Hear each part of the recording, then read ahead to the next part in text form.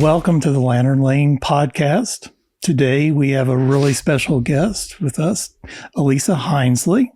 Alyssa, I am so grateful to have you as a therapist at Lantern Lane Farm. Grateful to have you as a friend and a colleague. And thank you for coming today. I know absolutely. It's hard to get everybody out the door and get to a podcast recording early in the morning, but thank you for... We made it. Coffee's got me here. There you go. That's great. So tell us a little bit about you. Yeah. Who's Alyssa? Yeah. I'm originally from South Texas, but I grew up in Sumner County. So Middle Tennessee, I feel, is home. Been in Lebanon since 2009 and counseling since 2014. And with the farm for... cumulatively over a decade, about a decade. Right. Had some babies in between and, little in-betweens there. But my husband and I have 5 kids. So we basically run the rat race of sport to sport to whatever else is going on. And I love coffee, working out. Those are probably the only 2 extracurriculars I have time to do, but I'm sure.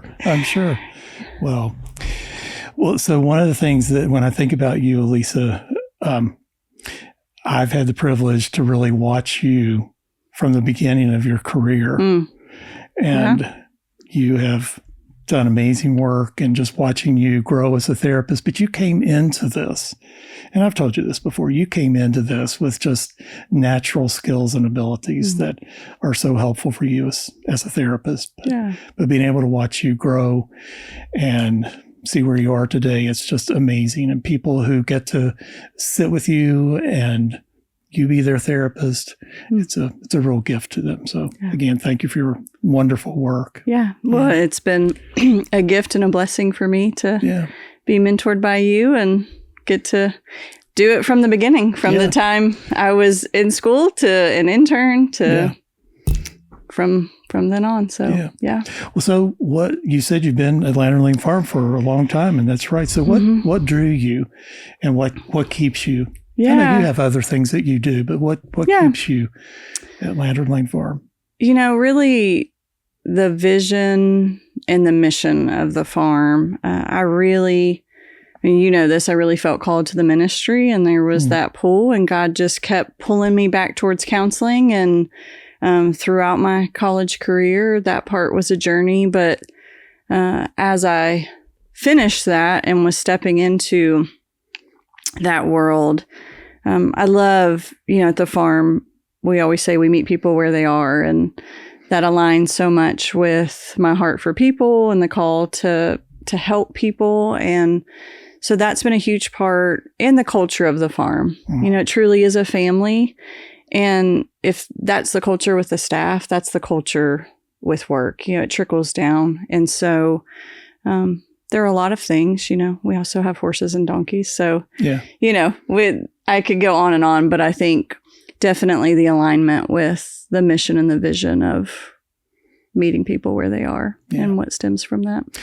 I will have to say I'm a little disappointed with you today because you have a co-therapist that works with you quite often. I do. And you did not bring her with you. And I was thinking maybe you would. Yes. Can you talk about your co-therapist? Yeah. So Bella, my golden doodle, who is 10 now and finally has low enough energy to be more of a true emotional support animal for clients.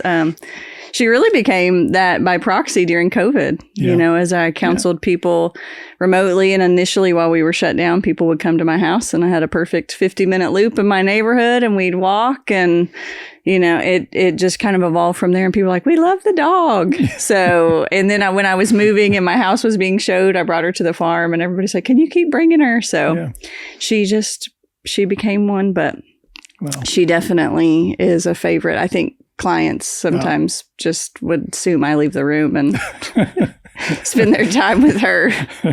Yes. Well, she's beautiful, and we love Bella. Yes. So next time, bring her. Yes.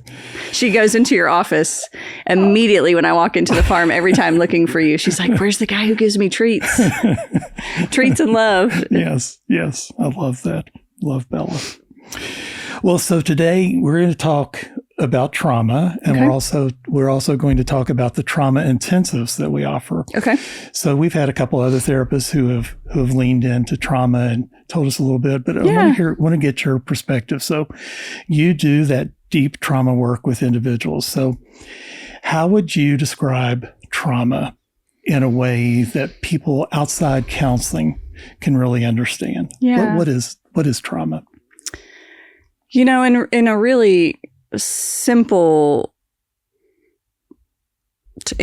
terms, it is something that leaves a deep imprint and continues to affect someone in a negative way.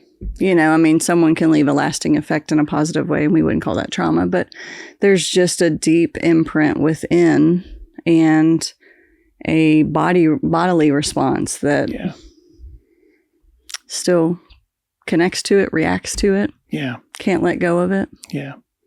Well, and so what are some of those ways that trauma shows up in everyday life that maybe people wouldn't even recognize? Probably one of the things that most of us could identify someone carrying just across the board is that busyness, staying distracted, have to stay ahead of it, can't sit still, always working, just go. And maybe if it's not actual work, they've got a project or a goal or, a marathon. It's just constant momentum. That is a classic. It looks good. It looks functional. So it's easy to bypass unless you're really close to that person, then you might notice it. So they can hide from it because they think it's good.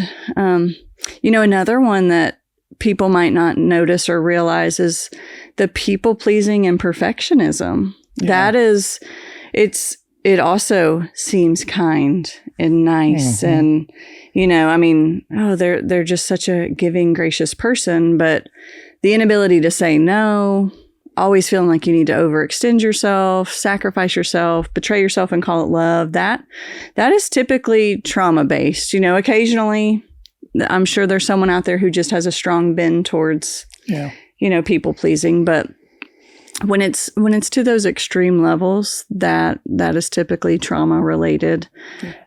So I think those are two of the biggest ones that stand out to me as ones that people may not easily identify as trauma.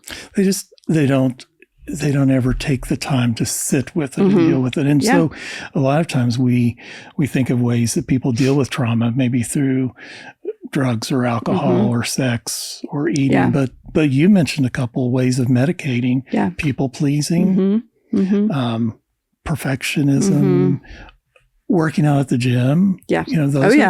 Those can become ways of, even though they're good, those can be ways. They're socially acceptable. There you go. Yeah, that's a better way to put it. Yeah. More and fewer consequences. Yes. Yeah. Well, so talk a little bit about the process of healing. When somebody first comes in carrying trauma, what is most important for them to feel in those early moments when you're starting to work with them? What is that? There has to be a sense of safety, right? You've got to come in and feel a connection of sorts. Does this person get me? Do they get it? Do they see me?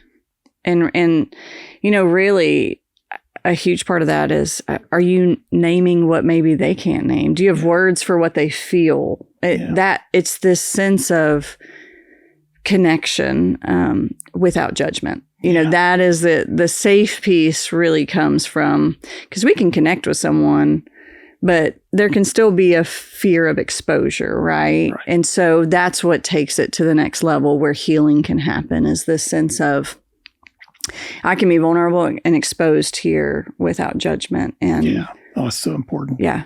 Yeah. Have you ever had someone share with you after maybe weeks of them getting to know you and really beginning to trust that you're a safe person? Have you had a person ever say, Alyssa, you're the first person that has ever heard this story? Yeah. I've never shared this with anyone. I mean, that probably happens to me on a weekly basis. I've had, With me too. people in their 60s and 70s just, I've never told anyone this. My wife doesn't know this. My husband doesn't know this, you know. And that is the biggest gift, I think, as a therapist. The privilege to give someone a safe space to offload those burdens and something they've carried for their entire life to get to bring into the light, and for the first time ever, maybe take a deep breath and release that. It's a gift, and it's a huge part of the healing process. Yeah. I wish this term were mine, but it's not. But I love that term that we get to be a benevolent witness. What do you think of when you hear that? Yeah. Benevolent witness. It is. I mean, people need to tell their story. Yeah. They need to tell their story, and they need to know that they're still worthy of dignity and respect and all the things. Nobody's perfect, and there's new mercy every day. Yeah, that's great. So for people who feel discouraged or stuck, well, what do you want them to hear? If they're listening to this, what do you want them to hear? Well, one, there's hope. There's always hope. Two, healing is not linear. It's just not. We are very layered. And so I believe, this is just my opinion in my own healing journey and over 10 years of sitting with people, that you can't do it all in every season. There are certain seasons that expose different layers of vulnerability. Yeah. And you and I can have a conversation about something that happened in childhood and maybe not be able to reach it at that time. Like, yes, it's this thing and it bothers me. But then here comes this other season where someone exposes maybe that wound of rejection. And all of a sudden, we can connect those dots.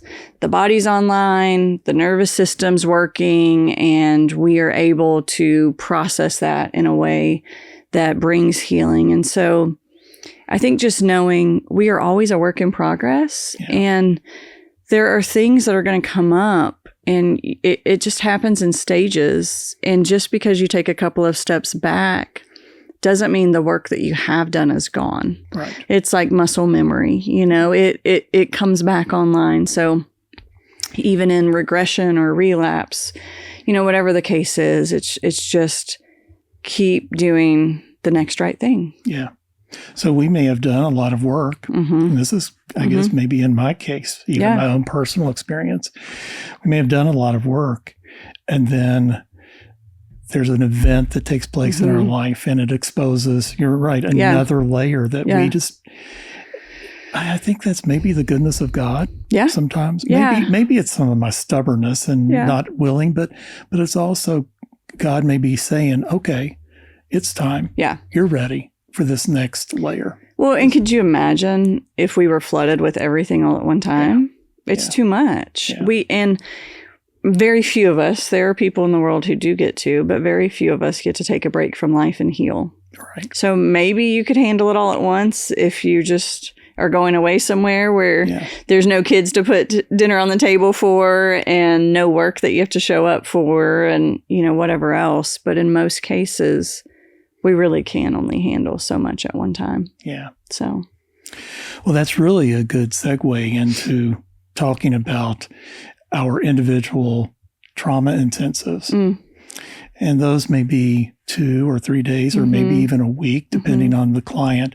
And again, not everything is going to take place in that time, but you're one of those therapists who leads those trauma intensives at Lantern Lane. So talk about what is an intensive and how is it different from weekly therapy, and how does it maybe play into what you were just talking about there? Yeah.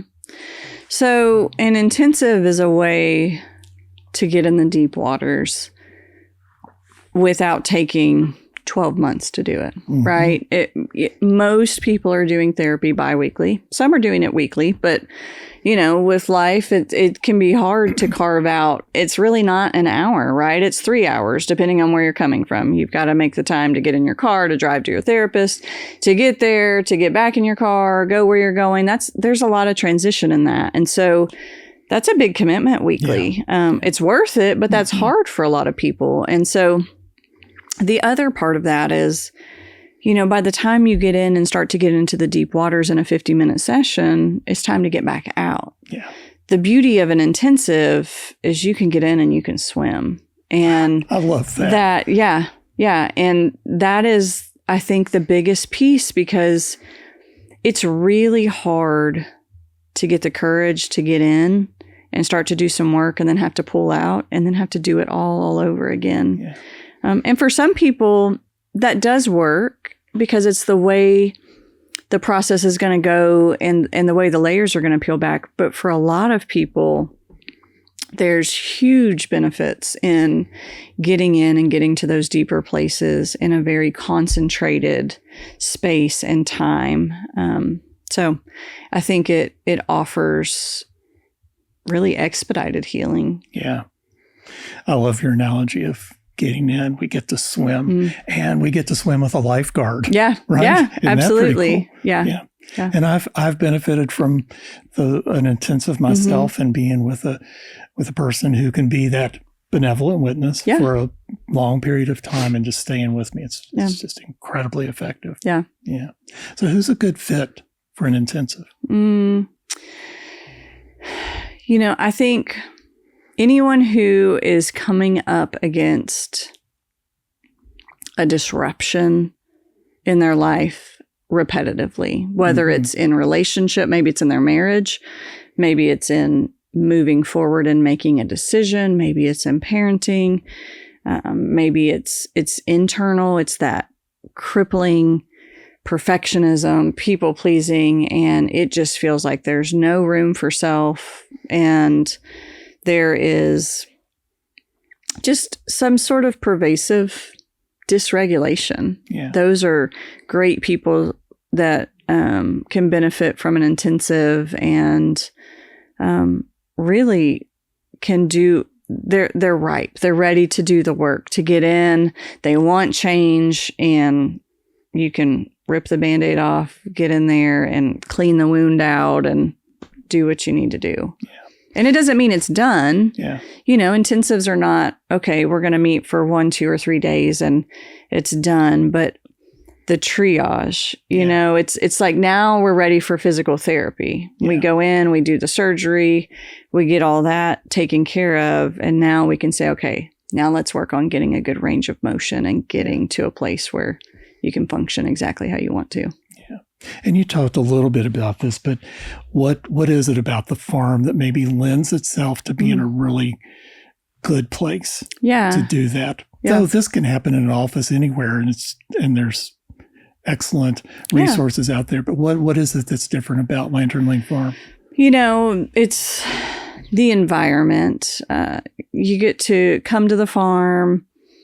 There's nature, whether you go outside and use the horses or you don't.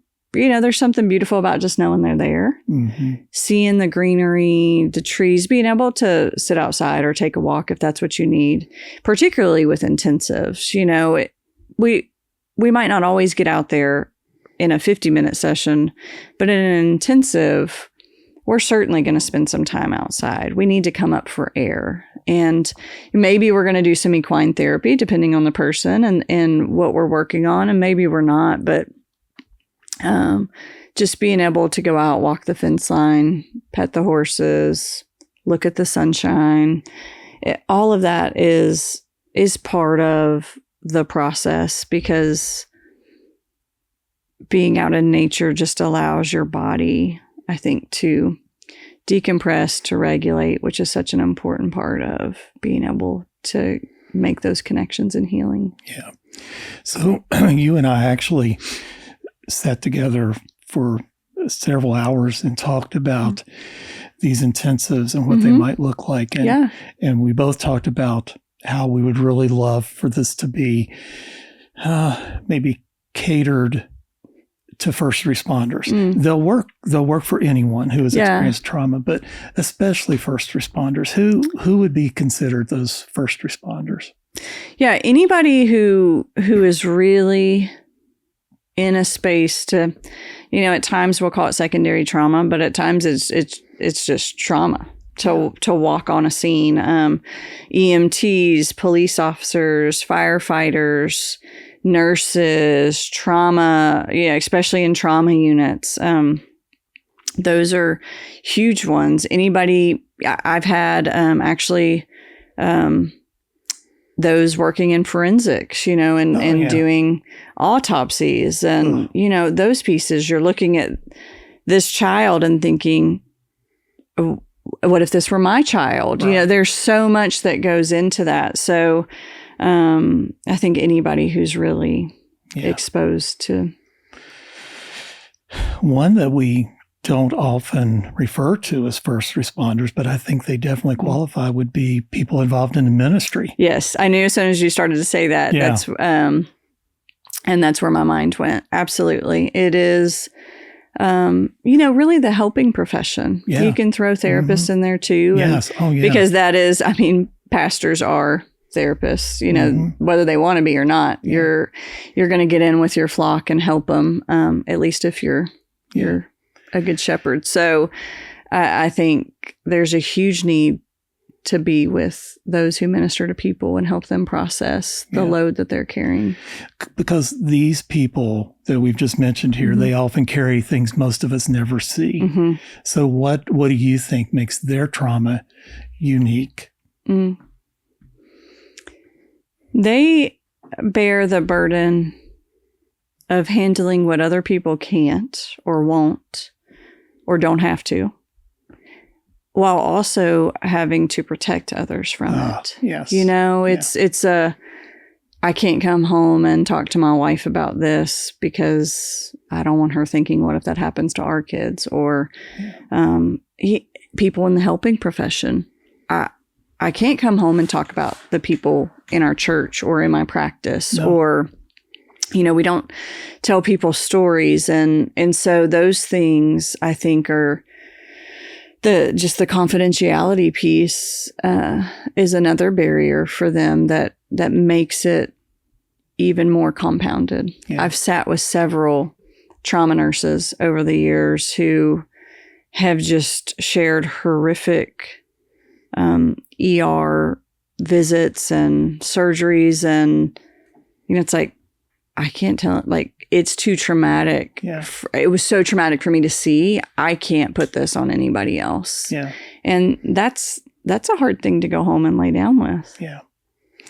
Well, a lot of these people are trained to push down their feelings. Mm-hmm. People who are military personnel. Yeah. It keeps them safe. Mm-hmm. It keeps the people around them safe to be able to push those things down. So it's a skill that's necessary to learn. Yeah. But then they also have to be able to turn that off so they can take care of themselves. Yes. Yeah. And the unfortunate part is, especially when we get into the military, and I think some in, police, FBI, there's an element that you can't disclose or you won't be fit for service. That's right. And so I can't need help. I can't. And so I've sat with many military personnel on the back end, and it's so compounded because they have not been able to care for themselves. Yeah. Yeah. So we work with people who are people of faith, and we work with some people who have no faith, and we meet people right where they are. There's no judgment. But are there moments in your work where you've seen redemption or restoration in a way that's just really stayed with you and impacted you? Yeah, absolutely.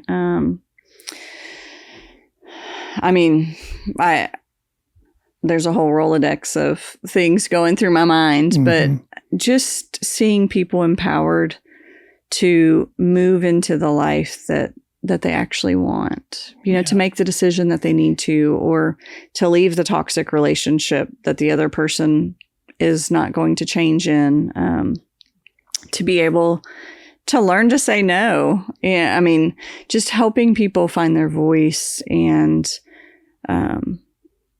live out who they truly were created to be is such an awesome gift. And to see people, like we talked about earlier, offload those burdens that they've just carried weighed down in their backpack, unable to offload, that I would say that is the biggest gift. When I get the privilege of sitting with someone and telling them there's hope, or just being able to say that they still have dignity and a story worth living. Yeah. It's an awesome redemptive process. Yeah.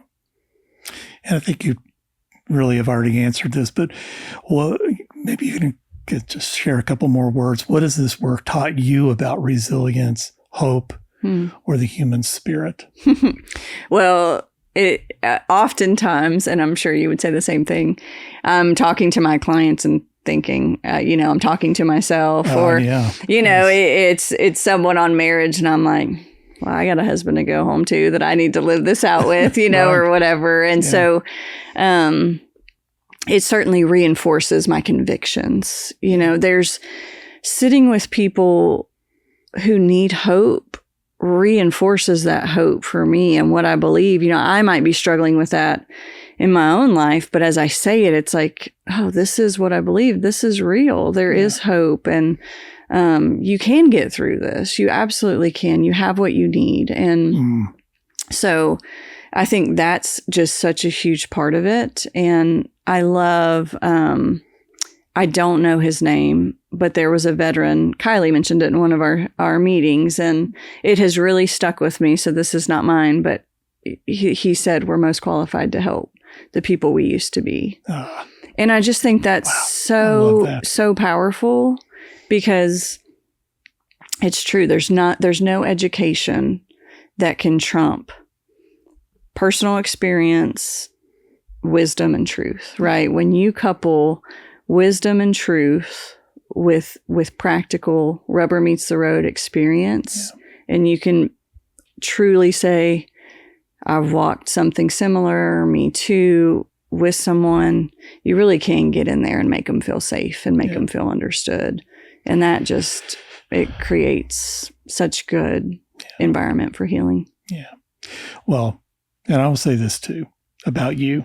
Your story is your story. I'm not here to share your story, but at least I see you as one of the most resilient people I know. Yeah. You're not just a survivor. You are an overcomer, and you have learned how to take past wounds and hurts and turn it into something that's positive and use it to help others. And I'm just so grateful for that. Yeah. And I'm thankful for truly the work of God to continuously place people in my life that have allowed me to keep my eyes on the hope. And I think the one thing I'd go back to, in this, it's making me think of something we talked about earlier, in healing, when you said, what would you tell somebody who's stuck? We have to be connected to people. We cannot heal in isolation. And that is what keeps us going. Yeah. So I think that's such a huge piece. Sometimes it's just one person, sometimes it's a community, but we have to have connection to move forward. And so I think it's so important for people to understand their need for that, even if they've been wounded by people and people have been unsafe. Find somebody safe to encourage you. Yeah. So what are the next steps for maybe the person is already working with a really fine therapist, but that therapist doesn't do intensives. Yeah. Or maybe they've never been in therapy at all. What's the next step if they would like to get more information, or they'd like to consider doing this intensive work? Yeah, absolutely. Of course, there's our website, lanterlanfarm.org. You can call and talk with someone. They can get you connected with myself, any of our specialists, our trauma intake specialists, or intensive specialists, and really just share the highlight reel of their story, what they need, what they feel like they want to get out of an intensive. And then from there, that's where we tell you what we think you can do and what we think is more longstanding.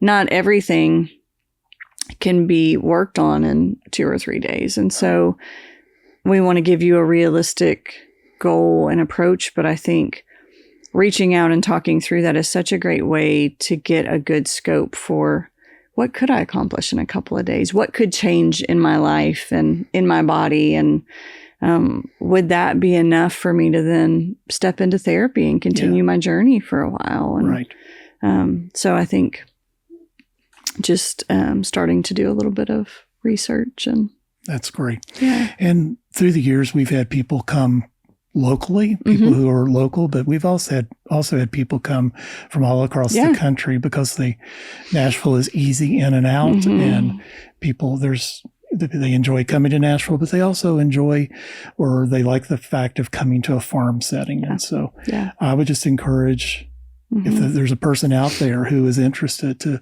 make the phone call. Yeah. The person on the other end will answer and give as much information as possible. But if they need to talk to you or I, they can do that, and we can get them moving forward with this intensive. Yeah, absolutely.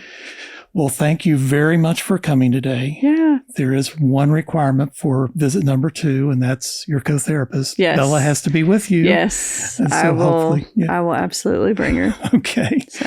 It's great having you. Thank you for taking time. Thanks for having me. Talking about trauma and our trauma intensives at Lantern Lake Farm. Yeah.